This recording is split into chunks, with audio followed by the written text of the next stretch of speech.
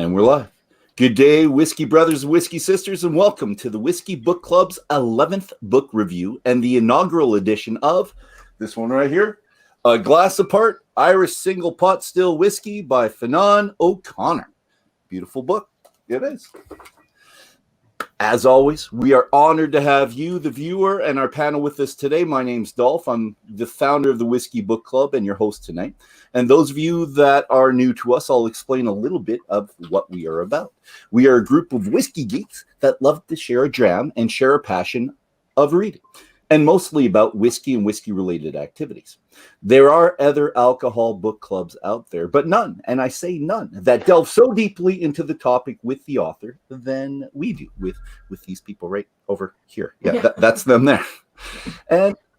And I'm terribly excited. I've been speaking with Fionnan since last October, trying to find a way to get him on the show with us, and it is finally happening. We're really excited. So on top of being an author and probably the foremost expert on Irish single pot still whiskey, he is an accomplished brand ambassador, instructor, journalist, lecturer, and probably a whiskey judge. I didn't ask you about that, but you probably have done whiskey judging a lot. Well, I haven't been a brand ambassador for years. You know, well, you started that way, so I had to say, very, very impressive. You know, we're throwing around words like journalist and all kinds of stuff.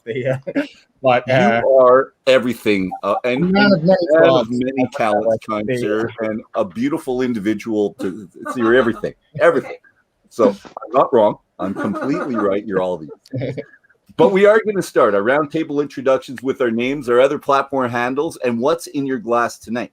And we usually start with the guest of honor, Fionnan, but we're going to let the rest of the panel do their thing so Fionnan can get an idea as to how it's going to roll. So let's start with Dave. Always start with Dave. You're up, buddy. All right. Good afternoon. It's Yukon Dave coming from his basement as always. And in my glass today, I've got a yellow spot 12-year-old single pot still. Beautiful. And Drew and Sheila. Well, Sheila then Drew, because left to right for me. Alrighty. I am Sheila. I am Anconi on all the interwebs. In my glass, I'll let Drew introduce one and I'll introduce the other. I want to hear Drew try to pronounce this, so I'm going to go with the easy one. I have the Redbreast 12 pot still in one of my glasses because we were double fisting it today, and I'll let Drew try to pronounce the other one. I'm Drew, go by at your Semper on most of the ones, and we have the Green Spot Chateau Montanella. Oh, okay, good idea. You and I think you'll like, kind sir. I'll see if I pronounce it better or worse. We'll do it. Jason, you're up, buddy. Hi there, my name is Jason. You can find me on Instagram at jmac25. And in my glass today, I have the Whistler 7-year-old, the Blue Note, which is also a single pot still whiskey. Nice. Excellent. And Nick, closing off the panel. Hey, everybody. I'm Nick. I go by Black Hat Whiskey, and I have the Kilbeggan single pot still in my glass. Nice. Thank you, kind sir. And to the man of the hour, Fionnan. Yeah, I'm myself. You already introduced me, so I ran off while you were talking and found whiskey to drink. I'll pour Redbreast Cask Strength. This is from 2013, so it's closer to what would have been. They do it on a batch system, so at least this one would be closer to what's in the book, presumably than what's out now. Perfect. Thank you very much, kind sir. And I'm double fisting. So I was going to have the Redbreast, the 12 cask strength, but I'm going to stick with the Listub because I don't know. It was already open. And then the Green Spot Chateau Montalena. I'll say it in French. Montalena. There we go. That's where I'm going. So because we wanted to do the comparison between them. And one of the questions was, how do we see the difference between creamy and oily? And that was described in the book. And one's supposed to be creamy, the Redbreast, and the Green Spot oily. So I'm going to see if I could finally figure that out. So that's why I have two. Not that I don't usually have two, as I'm two-fisting it, but today is a special day. I'm doing it because I have to, not because I want to. Done. Sure. My wife is laughing. It's okay. Whatever. No, you've got 4. I've got 4 up here, actually, not just 2. So, I would like to start with the book because I've got to say it's a beautiful book, and I haven't given any kudos to old Grunner. And I was wondering if you could just give us a little background about how you picked the stories, and did you pick the pictures in there with this individual, or were they kind of given to you from So Uwe is a Swedish resident in Ireland, married an Irish woman, they have Irish kids, but speaks with a thick Swedish accent, and he happens to be a member of the Irish Whisky Society. So he was a whiskey enthusiast and a photographer. So I talked to him. I knew him independently, and it made so much sense. So Uwe and I basically had a kind of a pretty clear understanding from the beginning that he was in charge of the images and I was in charge of the text, and never the twain shall complain. Okay. So which is grand because he did a fantastic job, you know. So, but you Uwe had no influence. It was like, no. Don't even talk to me. Well, we talked all the time, and Uwe also had the unfortunate job of like driving most of the time, because if one of us was going to drink, it was usually going to be me, and if we were going somewhere. A man of astronomical patience, really. But yeah, and then all I did was write the Word document, and then Uwe did the images, and then Images, the publisher, did the design. Yeah. Beautiful. I'm wondering what their children would sound like, because it's 2 of my 3 favorite accents, the Irish, and I'm wondering what their children. It would be like listening to a song, I think, as they spoke. It's funny. The kids all look like elves, you know, Scandinavian, tall, blonde, and then they have thick up. It's really all beautiful, muscular. But you don't hear a lilt of it in there. Yeah.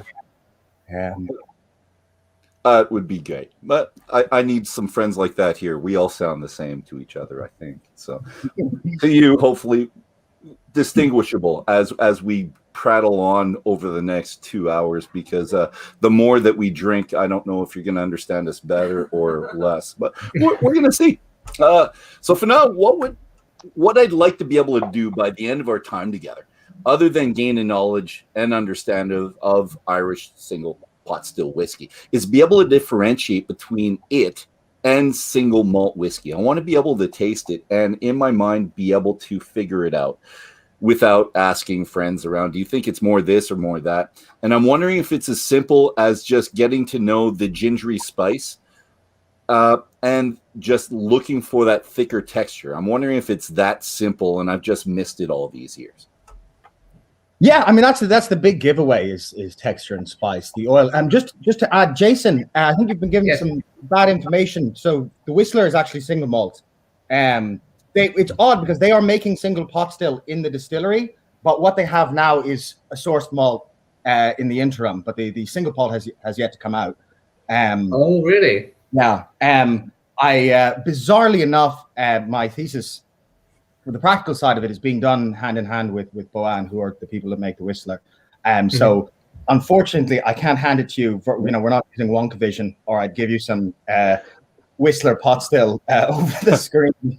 But just to be, since if we are comparing the two, just so it's cleared early on.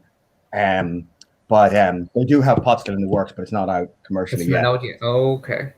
And it can be odd. They've made a lot of noise about being a pot still centered distillery, but again, for all the noise, it doesn't actually exist yet. So you wouldn't be the first person who heard one thing and thought the other. Okay. Well, it's gonna be a not yet, but Jason, I'll help you drink that bottle if you're disgusted by it. If you're so angry that it's not Irish pot still, I'm there for you. And I drink, and a lot of the panel members here drink a lot of single barrel, non-chill filtered whiskey, and I'm wondering if the mouthfeel of that, because it's usually, and I either say creamy or oily, and I use the two terms interchangeably. I'm wondering if it's going to be hard to tell the difference between that type of whiskey and Irish pot still whiskey. Do you think there's still a difference? I think there's still, give me a second and I'll go get a single barrel bourbon just so we have it. Good. I've got lots. We could break them all out. Start drinking excessively, and that's all we'll do. One question, and we'll just go through it. I'm wondering if we should grab a rye and start comparing that whole rye spiciness because of us doing all that rye notes here as well, because we always bring up rye spice. Is rye gingery to you? Sometimes I think it is. Okay. I think it could be. I think I'd have to look through my ryes, and it's my favorite drink. Rye is my favorite of all the grains, and it sounds weird being president of the Alberta Scotch Society to love rye more than anything else, but that's my thing.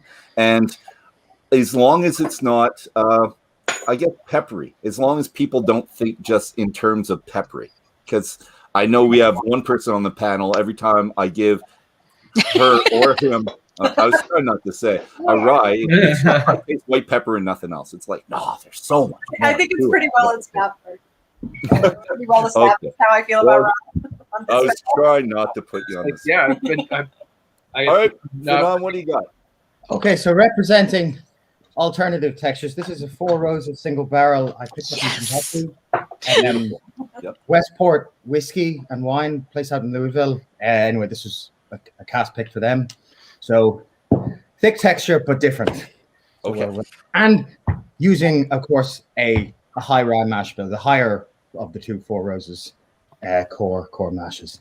Okay, because I was thinking about that too, and I know I sent you the questions, but that was another thing we could have considered doing instead of doing just the green spot with the red breast, also going pot still to a cast strength SMWS style Irish whiskey, single malt, and trying to see the difference in the mouthfeel between those. But I wanted to get to know you first before I completely geeked out. Just a little bit.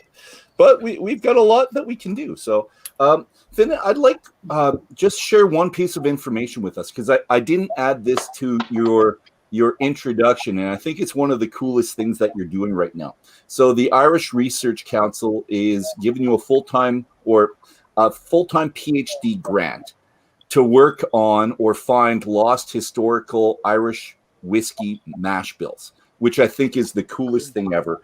And if I could have done that as a PhD, I would have continued after my master's, and I would have done something like that. I would have stopped teaching. And it's like, no, I've got 4 years.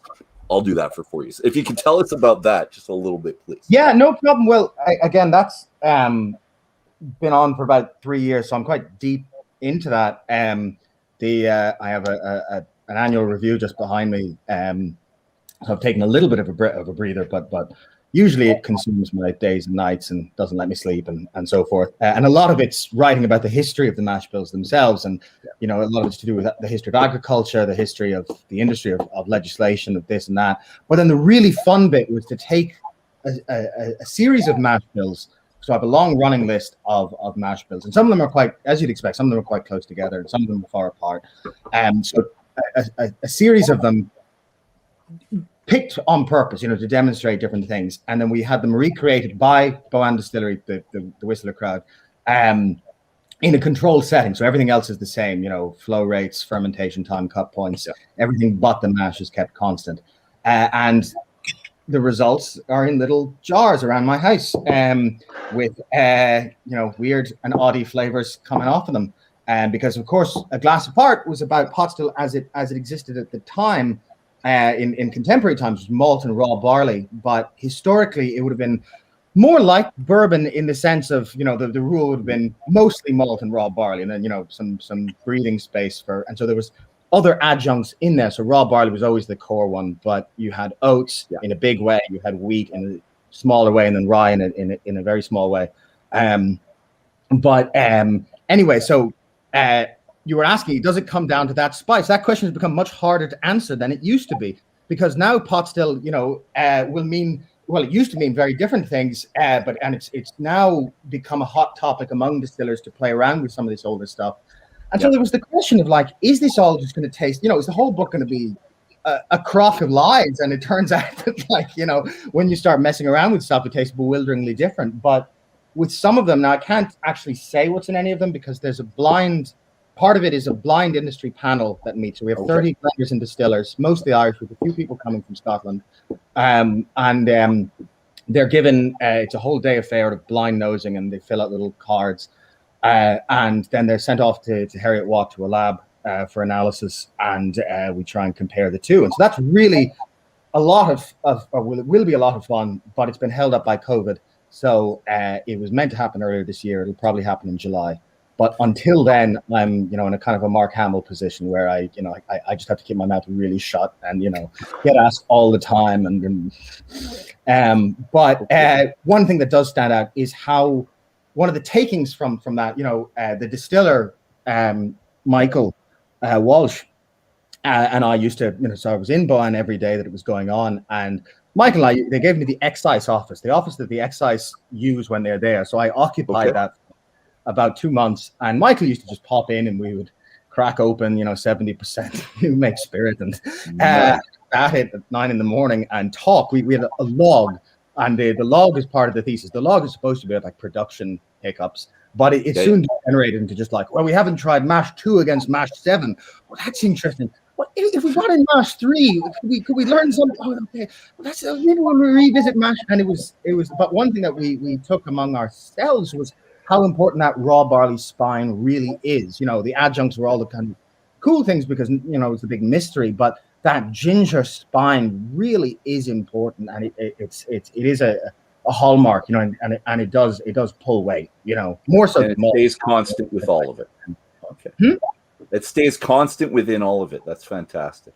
Yeah. And I've got to say, if you can't do it in person, you might as well do it online. And if you're going to do it online, you've got 6 people in front of you right here that would love to be on that panel and fill out those little cards for you and tell you anything you want to hear. We're here for you. We're due. Yeah, well, it'll hopefully become public. So we can't do the panel online for the official one just because it's just data control. Everyone has to be in the same room using the same glass, same blah blah blah. And just to keep all variables as constant as we can. But once it's done, and Bohan were very good about, so they sold off the vast majority of the cast afterwards. And a lot of them were taken up by pubs in Ireland or whiskey clubs or this or that. So the idea was to kind of get it out into the bloodstream, which is great because the distillers and blenders who are coming from other companies, I didn't want them just showing up for Bohan's R&D team and giving them free work. So the idea is that as soon as people leave that room, when they pour out into the like, dare I say it, opened pub, I doubt it by then even, but we can tell them anything, but until then it's stum. Got it. And it does make sense to make it scientific. You don't want scents. You don't want people that have maybe had different things to eat at different times having that influence. No, it makes complete sense. And Sheila, do you feel bad that your doctorate wasn't in the same thing as Fionnan's here? Because you've been devoting a substantial amount of your time to it as well. And I think he gets a lot more industry backing than you do for yours. I think if you got all of maybe 1970s, 1960s, and 50s Irish pot stills samples coming your way, would it change your opinion and have you change your thesis right now? Because you do have to go to Scotland. You might as well go to Ireland for the 2 months in the winter time. No, not really. Okay. No, Dolph. I'm doing seminal research in a really important field, so I'm pretty happy with where my PhD is. Okay. So I have a geek question. I've got a geek question about your research. Are you looking at the strains of the barley that was used at that time period, as well as the weather from that time period?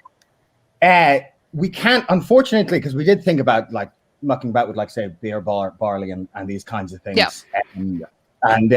But we can only do one thing at a time. So it just had to be constant barley versus and the controls, when we were distilling them were core practice and everything is against that. So we had to use contemporary barley even to compare everything against, in terms of yield and so forth. So if I could do it all the second time, go back and use like Sprat Archer and this and that and work out, you know, any number of variables. But everything, you know, and all we can do with this really is deep dive into one topic and use it as a skeleton. I mean, what happens if you double distill all this stuff? What happens if you were to peat it? What happens if you used a different yeast? What happens? Any number of things, you know, we can only really, we're not coming up with the entire answer of, you know, the effects of adjunct grains. We're just taking something close to the core standard triple distilled, large bulbous pot still distillation, unpeated, and hopefully it's the jumping off point. We can talk. So in the thesis there is stuff about changing again grain varietals, even leading up to the homogenization in the 20th century. You know, of course, now we have varietals bred very intentionally for yield. And you look back and there's even ones that, you know, of course, everyone knows like Golden Promise, which used to be the kind of super strain and wiped out a lot of other stuff and is now being looked at nostalgically as kind of a throwback itself. So, you know, you wonder, well, Jesus, will the stuff we're using now be considered the ye olde? So it's also important not to get too starry-eyed. You know, a lot of Irish distillers back in the day went on about something called Sprat Archer barley, but as far as I can tell, it was picked for a similar enough reason, which was yields in comparison to what was there at the time. So, you know, it's again, a lot of people ask me very enthusiastic, you know, because coming from the like whiskey commentary background, I'm used to writing really enthusiastically about a lot of this stuff, and I kind of have to check myself because there's always really hard finance, hard industry, hard tax law, things that are very cut and dry, and I have to remind myself, all right, this was an industry, you know, and not every decision made was made with people like this panel and myself in mind, you know. So there's that side of it as well. Takes the romance out of it, right? And bean counting into it.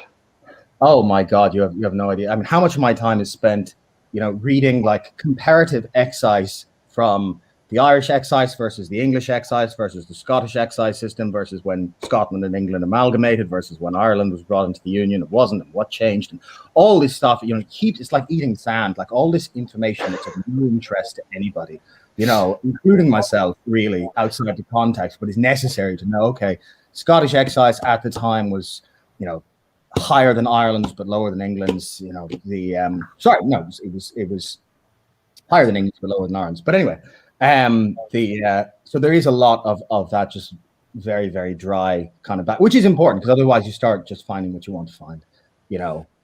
Well, it's important as well because we tend to think that they went to the unmalted barley because of the excise tax. And I think I saw you in an interview at one point saying that, you know what, they were using unmalted barley before the tax system. So it had an effect, but it's not the only reason that they were using unmalted barley. So having that information is important too, right?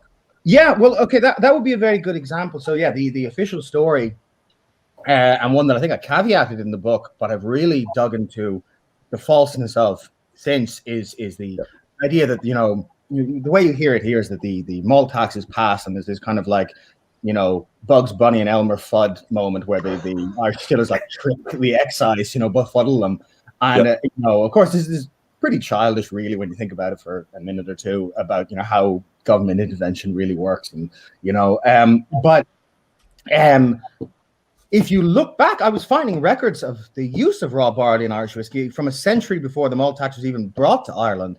Yeah. How the hell does this sync up?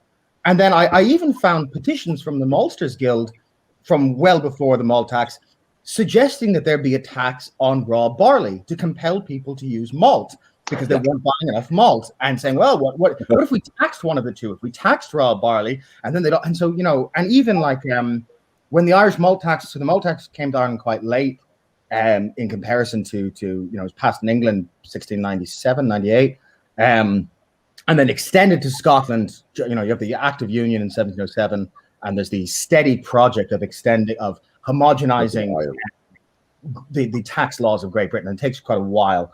But Ireland was not technically the United Kingdom did not exist. It was the Kingdom of Great Britain, and until the United Kingdom of Great Britain and Ireland is 1801. So anytime before then, Ireland has a very different set of laws. And the malt tax comes. It was a Crown Dominion, but not.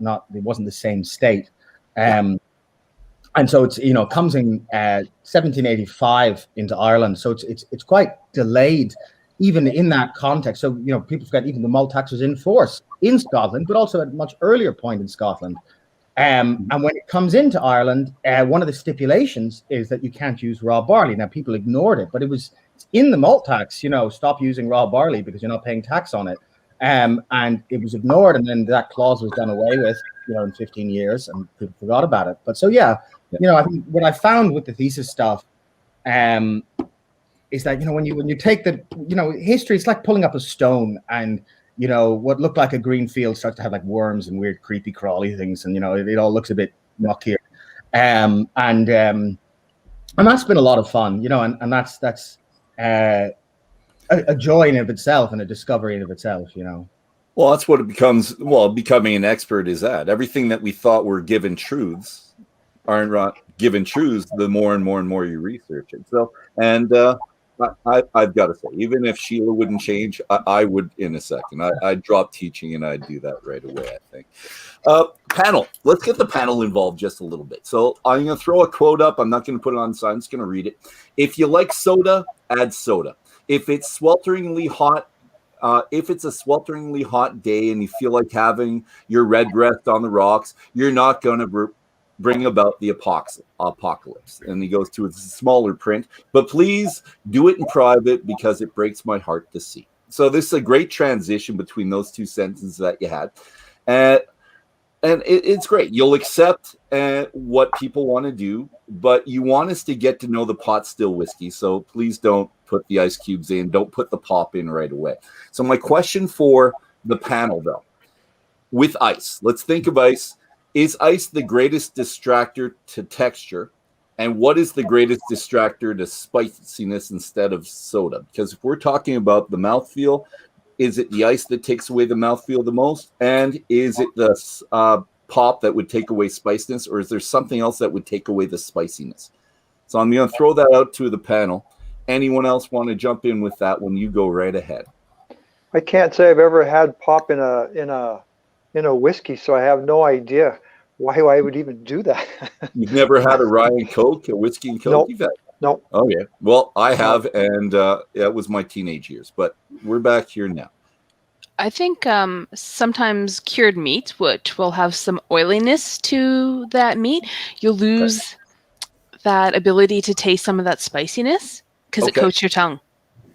Now, is that an improvement on it, on both of them as they come together? Because we're going to talk about that later, but is it a better combination? It can be an improvement, but I think you sometimes lose that first impression. Like if you're eating those cured meats, if you haven't had that whiskey beforehand, you may not get that first impression for its true worth. Okay. So sometimes having it on its own and going, okay, that's what it is, and then having that whatever you're pairing with. Yeah. Okay. And then appreciating for how it goes with it. Perfect. Okay, so that's spice. Let's go to the ice cube. Does the ice cube change the flavor or does it mask it and dull it? So let's throw that out there for people. Ice cube, I think it dulls it for sure. I mean, the smell and aroma is such a big part of whiskey, and nosing the whiskey is such a pleasure. The ice will definitely dull that sense, and you're not going to enjoy your whiskey as much. And then that's not even saying what's going to happen in 10 minutes when the ice cube starts to melt. And then it's diluting your whiskey. So at that point, so it first starts off dulling the smell, and then later it's going to dull the taste and the spiciness of the whiskey. Excellent. I always tell people ice cold's not a flavor. I was in a bar in San Francisco. After a couple of drinks, I went away to the bathroom, came back, and there was a drink in front of me. And the guy says, "I poured this by accident. Will you take it at no charge?" And it was a Maker's Mark, but the glass was so full of ice that I couldn't taste anything. I thanked him for the drink, and I said, on my next one, could you just leave it with no ice? Because I couldn't taste the darn drink. Drew, Sheila, ice, masking, or changing? Both. So if you add a drop of water, it starts to change, and you can get some different flavor or nose profiles from it. But an ice, as Jason was alluding to, you can't control how much water, so it ends up being through the point where you're actually picking up the nuances. Well, unless you fish the ice out. Yeah. Okay, and I've done that. Dave, though, I do like bourbon on the rocks. That's my summer drink. I really do. If I'm sitting outside, and Fionnan, you probably have the same experience. Really hot for you in Ireland and really hot for us is 28 to 31 degrees. It's not the same as the rest of the world. Where it's I use words like sweltering like I had anything to do with them, man. Yeah, but during that, our sweltering 28 to 32 degrees for me, that's ice with a bourbon time for me. So I do like that. I don't know if I know it does dull it, but the change was a good question. And Drew, thank you for that answer. I'm glad you said that. But we're going to go to the expert above us. And what do you want us to do when we have ice? Never have ice? Is ice helpful? Does it change it or does it mask it? Let's throw it to you, Fionnan. Yeah, I don't know. I mean, that line was me just as a snob covering my arse and saying, like, oh, well, you can do and I won't judge you at all. But, blah, blah, blah. And it's like a disclaimer, all characters represented in this book are purely fictional, blah, blah, blah. I am not thinking of anybody when I say ice ruins it. The no bartenders have been referenced. But personally, okay, so like a drink that Jameson pushed quite heavily, I know they do in the States. I assume they do in Canada. I think just abroad in general, but they really aggressively push it in the States, is Jameson and ginger ale. Again, almost as an answer to Jack and Coke. And there it's not what I would drink ever, but I can see why ginger ale was chosen because, again, Jameson is, it's like blended Scotch, but with Irish pot still instead of malt. It's, 70 to 80% grain whiskey and then a little bit of something like young green spot-y stuff filling that space. And so what's left of that, space filled up by the green spot is a little bit of that oil and a little bit of spice. And that kind of ginger ale is just a really obvious and sweetened version of it, and it works. But pot still whiskey on ice, I've always found pretty revolting. It just tastes really weird, like oil and cold. It's you feel like you're like at Hannibal Lecter's house. It's when you'd be handed some like strange body fluids in a glass at like freezer temperature. He puts on the lotion. He puts the ice in the glass. Sorry, exactly. It tastes the ginger and the crust. So can I make a comment? Please do. Go ahead. Well, I think most of everybody here on the panel, we drink all of our whiskey basically straight because we want to taste the whiskey and we're looking for the nuances, the changes, and that kind of stuff. And when you said you drink on a hot day sitting outside, I could see that happening because it's, hey, I'm just sitting here relaxing. I'm not having to look for any flavors. I'm just having a drink. I am relaxing, and I'm not taking any time or effort to figure this drink out. I can see that. Okay.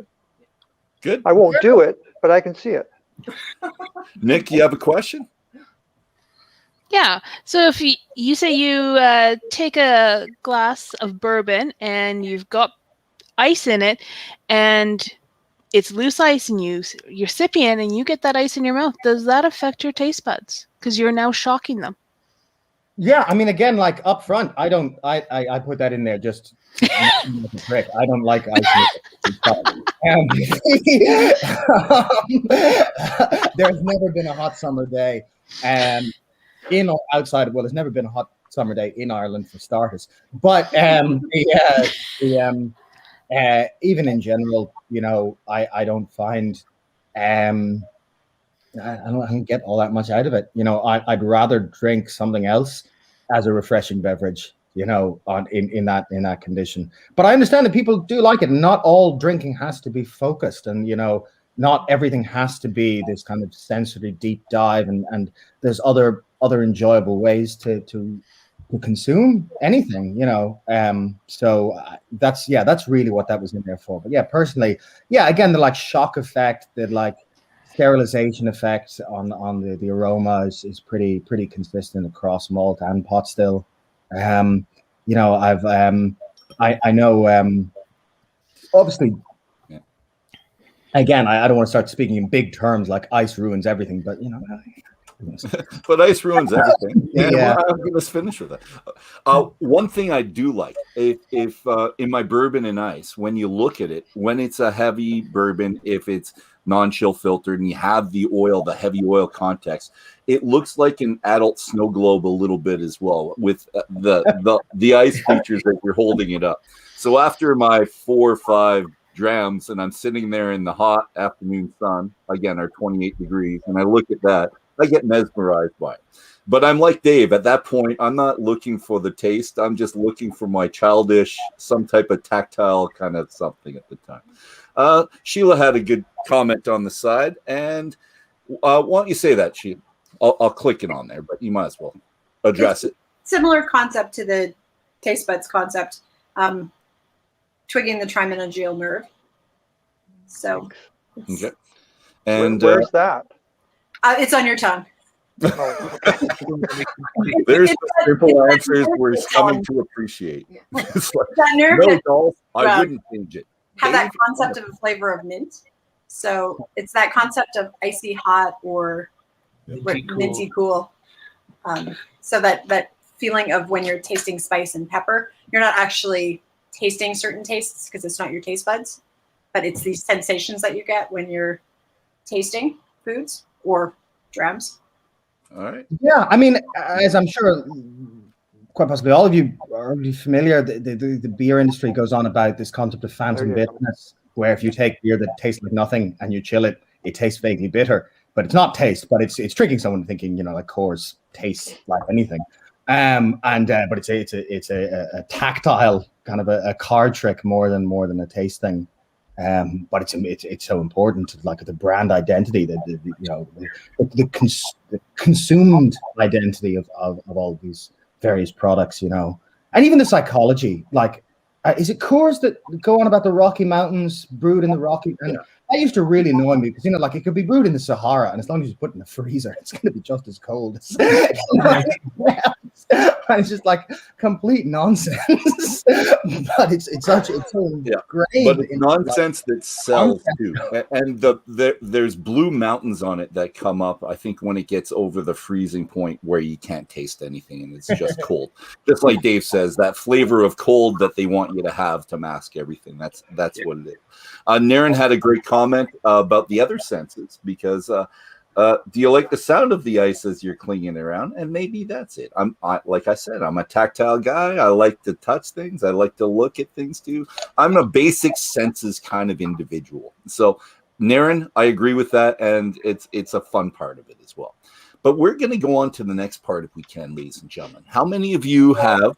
Because I've got 2 glasses of my Redbreast, and I've got distilled water, which I'm going to put in one of them. I'm going to put 5 drops, 2, 3, 4, 5 of the distilled water. And I'm going to put 5 drops of our tap water of the city. And we have really hard water is what we have here. Fionnan. So 1, 2, 3, 4, 5. Oh, we have rock hard water in Dublin as well. Yeah. So, like, and the intent, because you said this in the book, is that I should be able to tell the difference between one and the other. So, Drew and Sheila, did you do the same thing already? I saw you guys. I'm doing it now. All right. And a little swish, and maybe we can see something.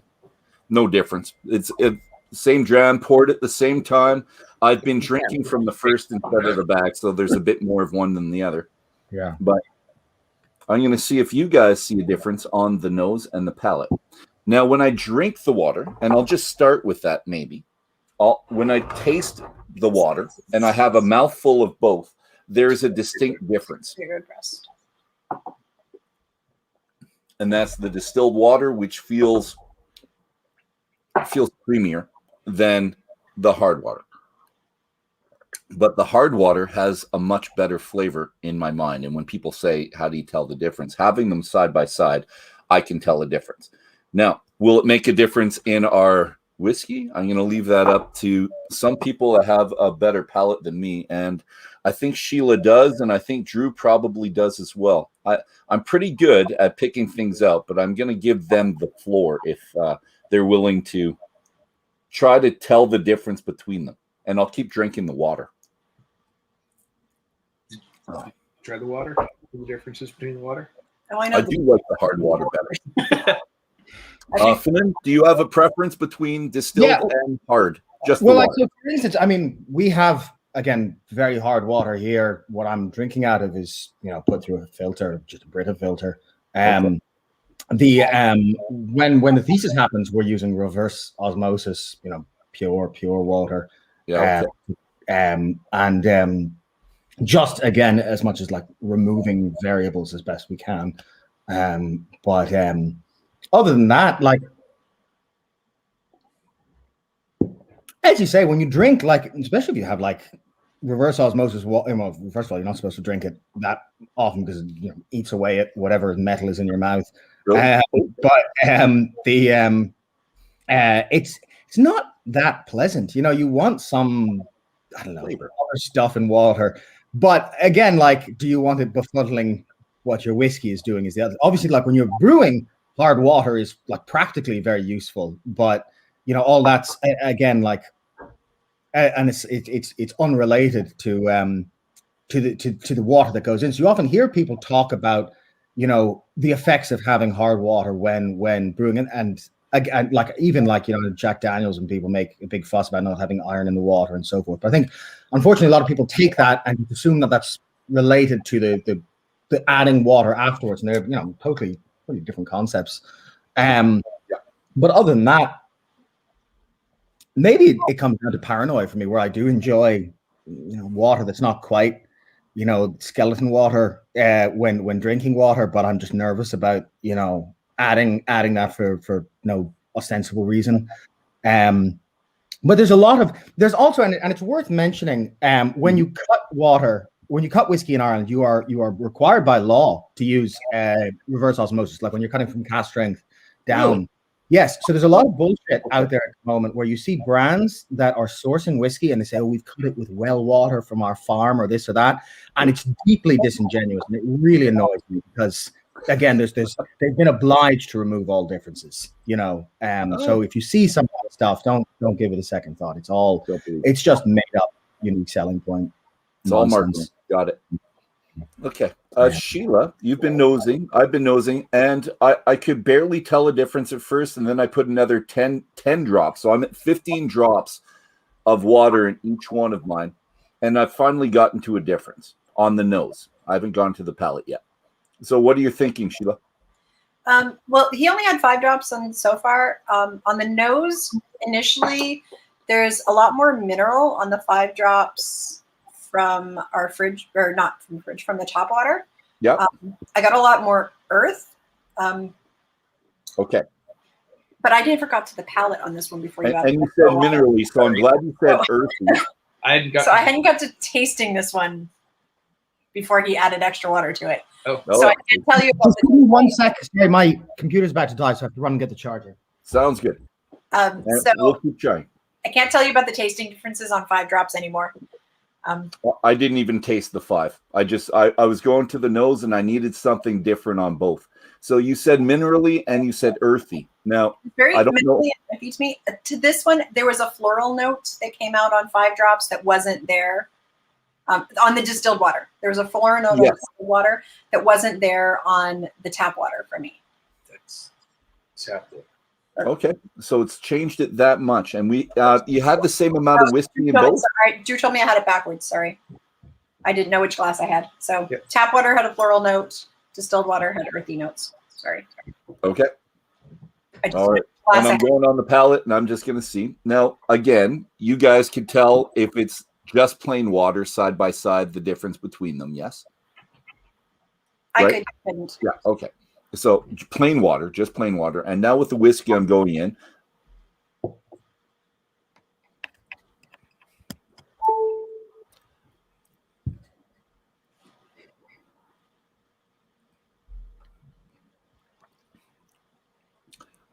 Okay. So on the palate, there's a difference, but I just realized that I had been drinking more of the original one that had the distilled water than the tap water, and putting 15 in each one would have had more of a difference on the one I was drinking previously. So it's completely unscientific. But if we're going to ask which one I like better, it's going to be the one with the tap water as opposed to the distilled water. And the nose, though, on the distilled water was more pleasing to me. So I like the nose on the distilled. I like the palate on the hard water. And you can't, I couldn't tell you why. It's sweeter. How's that? It's sweeter on the distilled. And I think you said the opposite, Sheila. I think because I'm getting sweeter, more floral on the distilled with water than I'm getting with the tap water, the hard mineral water. That's distilled. Do you think it's possible that you enjoy the palate on the hard tap water more in the same way that making the whiskey with the hard water and the minerals in it helps in producing the whiskey? I'm going to say maybe. And if we talk about bourbon, they love having the hard water, right? Mm-hmm. They say it adds to, and they're looking for the hard water context. I don't know enough. And although I'm not allowed to distill, I've tried my hand at it at other places somehow. And I don't know if I could tell the difference. Dave's laughing at me because he knows what I'm talking about. But I'm not experienced enough to know the difference between them in the distilling industry. And Fionnan, I think, would. So I'm going to have you speak up if you can. Just call BS if I've said something completely wrong. Yeah, no, absolutely. Well, I think the industry itself deserves a little calling out of BS. And there's some stuff, and I don't think I was as convinced when I wrote that book. I was suspicious, but I'm thoroughly convinced there's an awful lot of jib. You know, like, keep in mind, if you distill urine correctly, you know, you'll get H2O on the other side. You know, it's now we're not, it's not pure distillation, but hard water, like brewing in terms of yield and so forth, seems to have quite a strong effect. And like, okay, you can talk about the flavor effect, but when you are distilling, there's you are strip mining so many things. Now you're not, obviously, like everything, the industry also gets away with being very lazy about a lot of different things. For years, yeast being an example, saying, oh, it'll all get distilled out, and that's not something to be encouraged either. But then similarly, picking. And then it's a question like, well, okay, if you're cutting something with the water, that hasn't been distilled. But of course, at least in an Irish context, they're required to use, like chemically pure water doing that. So I'm not actually sure if bourbon is required when cutting it to use pure water, or if they can use water. And they're on the far side of the distillation, then I could see that having some sort of impact. But yeah, I'd have to look up what the American legislation is. But yeah, certainly in an Irish one, I've kind of not just fallen out of love with water. I was never really in love to begin with, but the fallen out of tolerance might be a better way of we had a short, sweet tolerance and it came to a sad end. But again, like it's hard to tell because water is such an easy selling point. It's so much of both Irish and Scotch whiskey salesmanship is about mystique of landscape, about things that are not entirely related, and in fact in many ways not related at all to distilling as a process. What do like rushy glens and mountain peaks and all the stuff that's conjured up actually have to do with making whiskey? There's so much a part of the mythology of the and water's a part of that. The learning the names of the various burns that malts come from, it's easier to describe than describing like what cut points do, or things like that. It's more evocative, and I mean, you sometimes even hear people talk about like the peatiness in whiskey coming from whiskey flowing over peated moors, and this is completely made up, and but again, people again like the burning of turf is a totally different, and I've had, like, you go out to the west of Ireland, the water is brown because it's running over turf, and it doesn't taste peaty. No, it just tastes vaguely dirty. But other than that, it tastes kind of just like normal water. But again, the mystique is so attractive. You know, it's such low hanging fruit for marketing that you know it can be difficult and exhausting to talk about it in depth. Yeah, and our last book, the same thing. So Whiskey Island, so Isla whiskeys, and they do refer to the different where the water sources, and they talk about it often. And again, sorry, I think 4 of us on this panel just watched. What's the name of the movie? We just missed it. Water Life. Water Life. Oh yeah.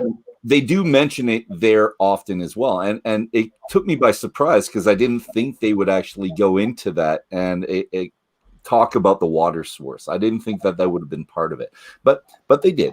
And there is a mystique, and we've talked about the mystique and how I'm moved by a great story. And Sheila said that it's all about a story. I am moved by the story, but like for instance, like Isla would be a good example. You know, I was there recently. Bizarrely enough, I was hired to consult on a BBC Northern Ireland TV thing on whiskey.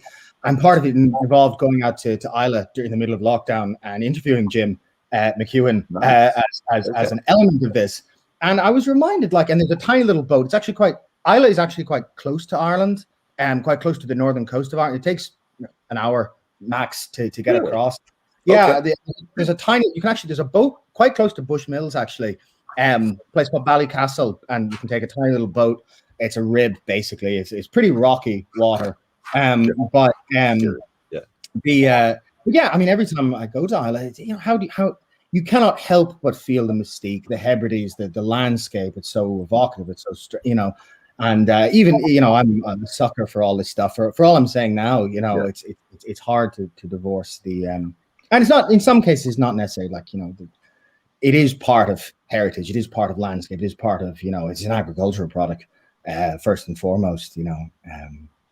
But it's just important to keep that away from the just marketing stick banging that can infiltrate it.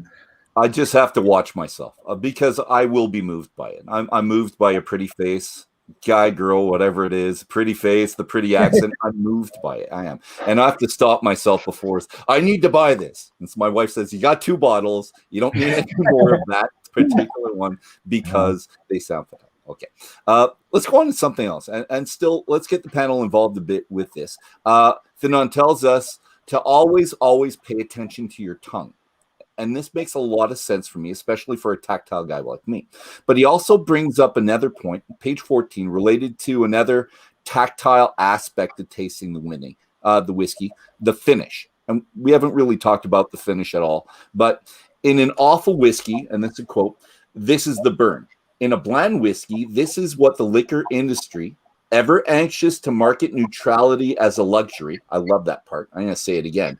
Ever anxious to market neutrality as a luxury, like to call smoothness. So I want to ask our panel, can you think of a whiskey that fits this description, which completely neutral, really, and we thought it was fantastic, or it's been marketed as fantastic because of its neutrality, and really it's not smooth, it's just neutral. Can we think of any out there? I'll leave that up to my panel as I have more whiskey.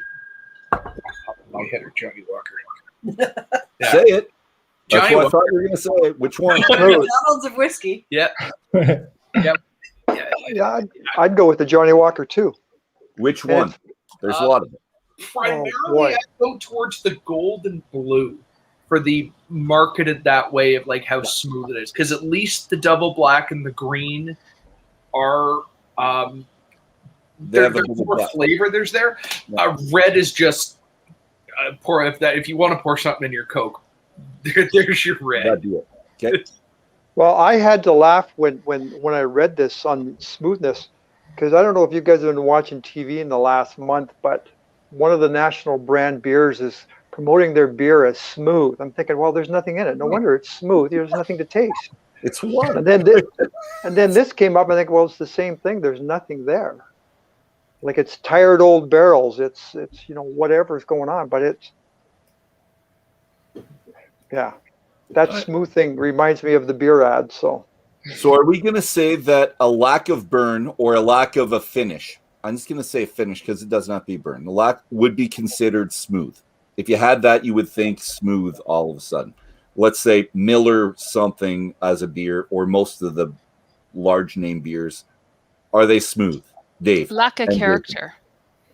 That's what makes smooth in this world. Yeah. I was going to say drinkable, but I like Nick's saying I'm going to steal that lack of character. Why am I drinking this? If there's nothing there that's entertaining or gets me thinking, then why would I drink it? You could say it just tastes like it's watered down, regardless if it's beer or whiskey. Okay. Yeah. And it's so bland. We did have a tasting, part of my Alberta Scotch study right there, and it was the Johnny Walker range, and the last one we had that night was the Johnny Walker Blue, and people found it unoffensive, and we said that. It was good, unoffensive, but there was, like Nick said, a lack of character to it, and that's what I thought was going to come up more than anything else. The Johnny Walker Blue is being promoted, and it really is, as it's a smooth whiskey, but like Nick said, and Dave and Jason, just a lack of any depth with it. And hopefully there's no Johnny Walker brand ambassadors. I'm making really angry right now, but well, and I found the same thing with the Johnny Walker 21-year-old. I sat in a private tasting. I thought, this is an easy drinking drink, but when I heard the price, I said, even at my price, I can't imagine spending that money for something I'm not getting anything I really enjoy from. I would give it to friends that don't drink. Yeah. And Fionnan, any last comments on the subject? Oh, yeah. I mean, where do I start the list? Gearing up. When you asked the question, my original answer was going to be Hague Club, so even more extreme. I don't know if anyone remembers those horrible cutouts. Were these on your side of the Atlantic as well, the David Beckham cardboard cutouts in airports? No, but I did a Cameron Bridge tasting, and I had a friend bring it back from Scotland. It's a beautiful bottle. I'll show it to you in a second, or for everybody to see, but we don't get that here. No. Okay, well, I mean, thankfully we don't get it anymore, but there was a while where you couldn't go to an airport in Europe without seeing like David Beckham holding the thing out for you. And the ads were so obnoxious. They were filmed by Guy Ritchie, because of course they bloody well were. And it shows the Highlands of Scotland. And then there's, Beckham or one of his mates on a private plane going across. There's another guy on a yacht, and they kind of look at each other and, hey, I'm an asshole. You're an asshole. We're both rich. We're going across the Highlands. And for when you buy a product, you can have a taste of this luxury lifestyle. You can't have, and it was so gross. Just the whole idea of it, that the world is the personal playground of people with a lot of money, and on the back of that, you can have a taste of this by buying this mid to bottom shelf product. It was so disingenuous and so revolting. It just made me so angry. And then of course the stuff was just this incredibly bland, and there were all these enthusiastic phrases about it being a gateway from vodka to whiskey. But I understand what you're talking about on the other. Divorced from that, and I think the threshold for the alcohol industry is so low. Everyone remembers being young and chugging something, and waking up with a hangover and blah blah blah, and anything remotely good tastes like a revelation in comparison. And so if that's the minimum, that's pretty poor expectations for it just physically not to hurt. But on the far side of that, there's it's grim, isn't it?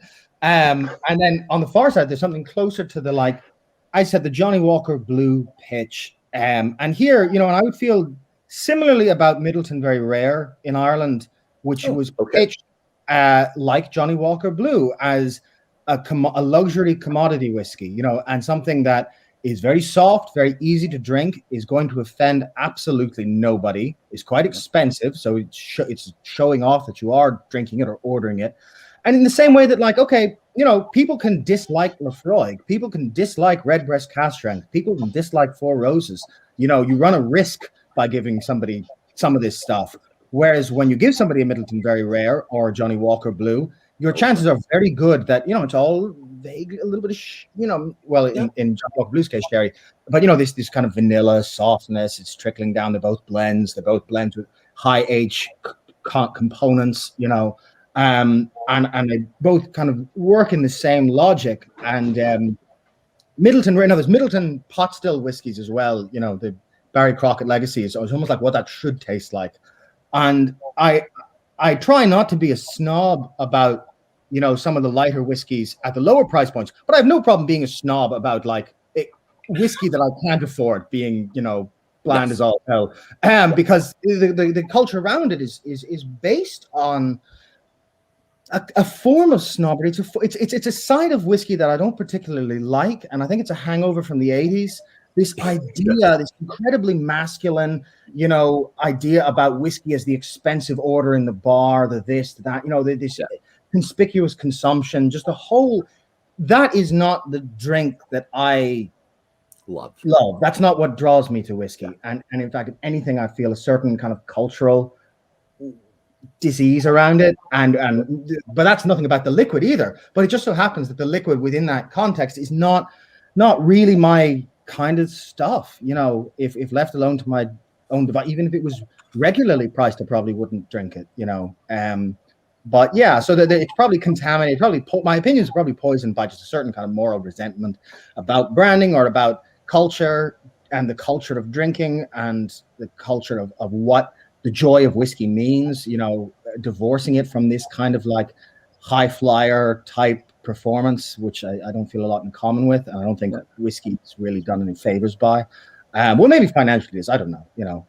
Well, I think it's all their fault. Really, it is. So if they're going to promote it to the douchebags, and you want to be a douchebag to have it, the coke smoking 1980s, like you said, douchebags that would order the Johnny Walker Blue and shoot it with their friends. I think you have to live with the repercussions of that. That's what people are going to associate you with. So I think it's an appreciation of whiskey on our part, and for those that create these whiskeys and that promote it as such, they have to live with what we have to say about Johnny Walker Blue on the show like this.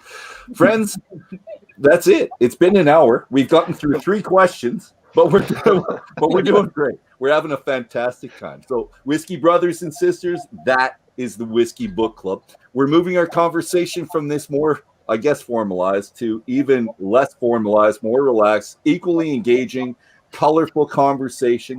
Fionnan O'Connor, the author of this book right here, A Glass Apart, Irish Single Pot Still Whiskey, will of course be with us. And really, what else is there to do than talk about whiskey, spend time with some really nice people? So we're going to be back in 5 to 10 minutes, something like that, on this channel at the After Dram. And if you don't want to miss a minute of our next 2 episodes, or 5 in all, but our next 2 Saturdays with A Glass Apart and Fionnan, click the like and subscribe button, and we're going to see you all in a couple minutes. So, slunch, guys, and thank you very much for everything.